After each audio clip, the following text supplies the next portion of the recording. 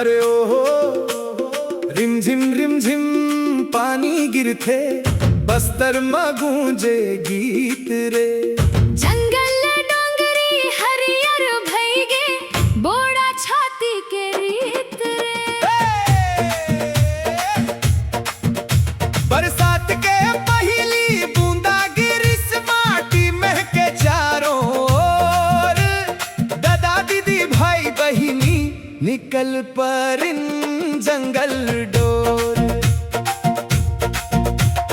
टुकना कांधा मधर के सबो हासत गावत जाथे रे। डोंगरी ऊपर झाड़ी भीतर बोड़ा छाती खोजत रे। बोड़ा छाती धरती के अनमोल दान। बस्तरिया मन के जीवन मां बस थे ये कर पहचान। अरे बोड़ा छाती भर के आए रे, टुकना भर भर लाए रे। दादा दीदी भाई बहिनी मिलजुल के सब खाए रे। अरे बरसे पानी झम झम रे, जंगल गाय सरगम रे। बस्तर धरती हंस गावे। खुशी भर गे गाँव रे।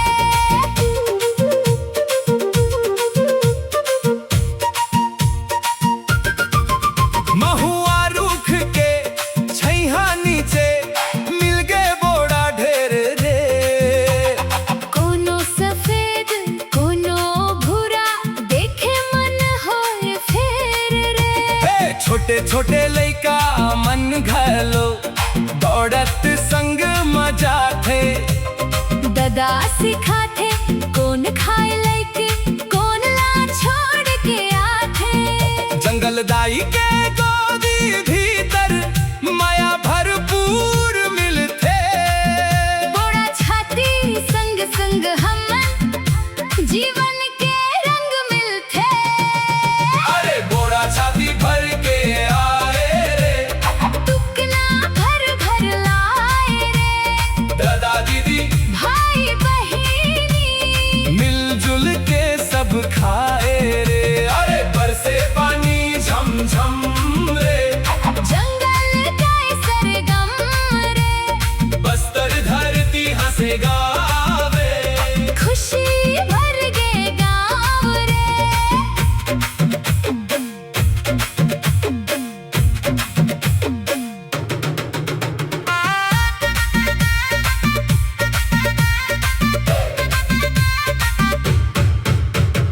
नवा नवा बांस के कोपल बस्ता नाम कहाए रे। जंगल टोर के लाथे घर में स्वाद बढ़ाए रे। बास्ता भाजी थोड़ा संग में चूल्हा ऊपर चढ़ते। दाई बनाथे माया डार के सुघर सुवास उड़थे। आंगन भर के लोग बैठे हंसी ठिठोली होते। एक थारी में बांट बांट के संग में भोजन होथे। खेत में रोपाल गैया चलते काम गूंजे गीत रे। मेहनत संग में हंसी गूंजे यही बस्तर के रीत रे। ढोलक बाजे मांदर बाजे बांसुरी गूंजे दूर।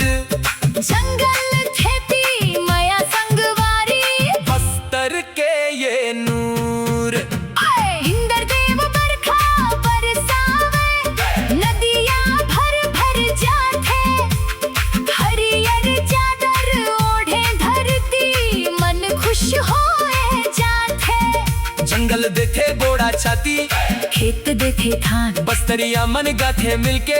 की दाई के गान दादा दीदी काका काकी संगवारी सब आए। बरसात के ये सुंदर दिन ला नाचा गाते मनाए। अरे बोड़ा छाती भर के आए रे, टुकना भर भर लाए रे। दादा दीदी भाई बहिनी मिलजुल के